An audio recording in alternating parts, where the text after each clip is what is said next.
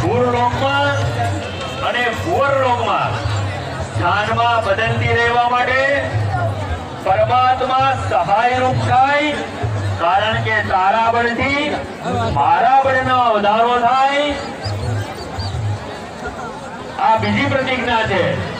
ત્રીજી પ્રતિજ્ઞા, હે વધુ તું ભૂરલોકમાં, ભુવરલોકમાં અને સ્વર્ગલોકમાં સ્થાનમાં મારા ધનની વૃદ્ધિ અને સંભાળ માટે મારા ઘરની તું અધિકારીની થા. આવી ત્રીજી પ્રતિજ્ઞા છે. હવે ચોથી પ્રતિજ્ઞા કઈ છે કે હે વધુ ભૂરલોક, ભુવરલોક, સ્વર્ગલોક, મહરલોક અને મારા સુખની ઉત્પત્તિ માટે મારા ઘરની તું અધિકારીણી થા. આ ચોથી પ્રતિજ્ઞા છે.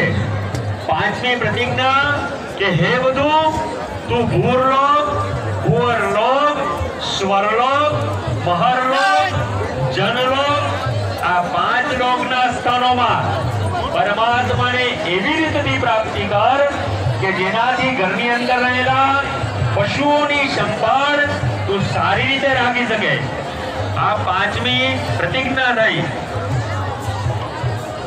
છઠ્ઠી પ્રતિજ્ઞા, હે વધુ તું ભૂરલોક, ભુવરલોક, સ્વરલોક, મહરલોક, જનલોક અને તપલોકના સ્થાનમાં વસંતાદી 6 ઋતુઓમાં મારી સાથે ઉત્તમ સુખ ભોગવનારી થા.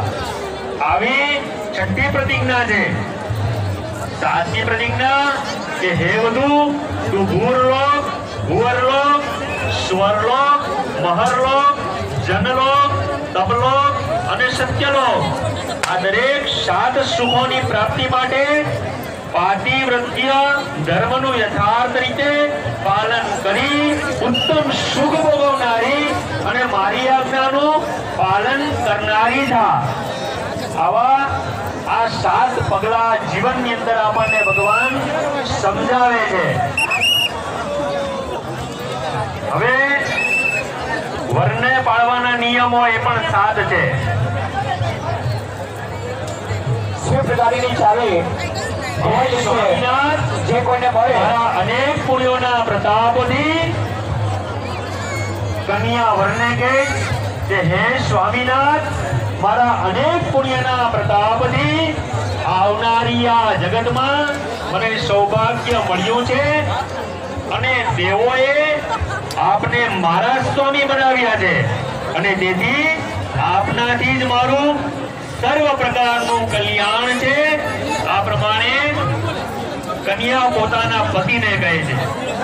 બીજું શું કહે છે કે હે સ્વામીનાથ, આપના કુટુંબના વૃદ્ધ પુરુષોને વચનોનું પાલન કરી તેઓની આજ્ઞામાં રહી તેઓનું બાળકોનું તથા કુટુંબનું હું પાલન કરીશ અને જેટલું ધન પ્રાપ્ત થાય તેથી સંતુષ્ટ રહી અને આપને ખોટું લાગે એવું વચન કદાપી બોલીશ નહીં. આ પ્રમાણે કન્યાએ બીજું વચન પોતાના પતિને કહ્યું.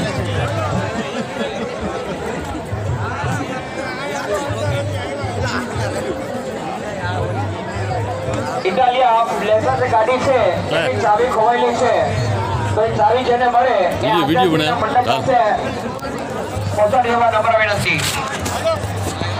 ત્રીજી પ્રતિજ્ઞા સ્વામીને માટે કે હે સ્વામીનાથ, આપ તથા આપના કુટુંબને દરરોજ સમયસર ઉત્તમ રસોઈ કરી ભોજન કરાવીશ અને નિરંતર તમારી આજ્ઞા પ્રમાણે વર્તીશ.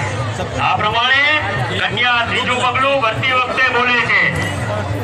ચોથું પગલું, હે સ્વામી, હું હંમેશા પવિત્ર રહી સૌભાગ્યના શણગારને ધારણ કરી મનથી, વચનથી તથા સત્કર્મોથી આપને પ્રસન્ન કરીશ અને આપનું શુભ ચિંતન કરીશ. આ પ્રમાણે કન્યા ચોથું પગલું કહે છે. પાંચમું પગલું કે હે નાથ, આપના આપત્તિના સમયમાં હું ધીરજ રાખીશ અને આપના સુખથી હું હંમેશા પ્રસન્ન રહીશ. અને આપના સુખ દુઃખમાં હંમેશા ભાગ લઈશ, તેમજ કોઈ પણ પરપુરુષની કદાપી ઈચ્છા કરીશ નહીં. આ પ્રમાણે 5મું પગલું ભરે છે. હવે 6ઠું પગલું છે, હે નાથ, હું આપના ઘરનું સર્વ કામ સારી રીતે કરીશ અને આપના માતા પિતાની સેવા કરીશ અને આપના ભાઈ ભાંડુઓને પણ સત્કાર કરીશ. આપ જ્યાં જશો ત્યાં હું આવીશ અને ત્યાં જ રહીશ અને કદાપી આપનાથી દૂર રહીશ નહીં અને ક્યારે પણ તમને છેતરીશ નહીં, તેમ આપને પણ છેતરીશ નહીં. આવું 6ઠું પગલું કન્યા કહે છે. પછી 7મું પગલું, હે સ્વામીનાથ, હોમ તથા યજ્ઞાદિ ધર્મ કાર્યને વિશે હું આપને સહાય કરીશ. ધર્મ, અર્થ તથા કામ એ 3 પુરુષાર્થના દરેક કાર્યની અંદર આપની ઈચ્છા પ્રમાણે વર્તીશ. દેવ, બ્રાહ્મણ વગેરેની સાક્ષીમાં આપ મારા પતિ થયા છો અને મેં મારું શરીર આપને અર્પણ કર્યું છે. ઓમ નમઃ પાર્વતી પતયે. હર હર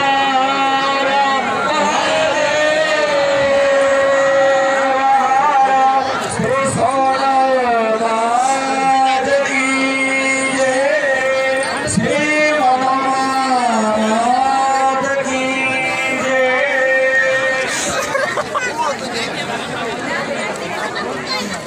હસ્તે ગુરુદેવ ગોપાલય અગ્નિદેવને રજા આપશો, સ્થાપનોને રજા આપશો. ઓમ આયંતો દેવ યત્ર બ્રહ્મા દેવો દેવો યત્ર ગચ્છૌતાસન ગચ્છ ગચ્છાસુર શ્રેષ્ઠ ગચ્છ દેવૌતાસન યત્ર બ્રહ્મા દેવો દેવ યત્ર ગચ્છૌતાસન ભો આવાય તો દેવતા સ્વસ્થાને વાસા. હવે મેહુલભાઈ જ્યાં કપડિયાથી જ્યાં હોય એ આચાર્ય મંડપ પાસે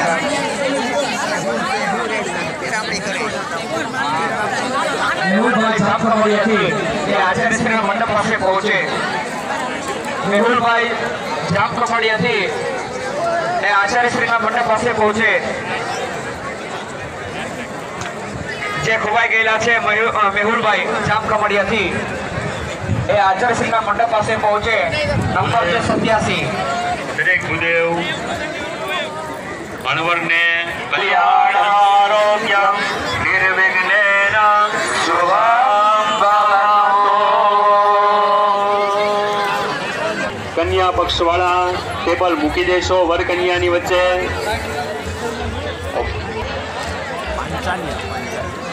કંસાર માટે ઘી, ખાંડ અને લોટ, આ ત્રણેય વસ્તુઓ અણવરને આપી દેશો. એ મિક્સ કરી દેશે. થોડીક ભૂદેવો શીઘ્રતા પ્રદાન કરાવજો.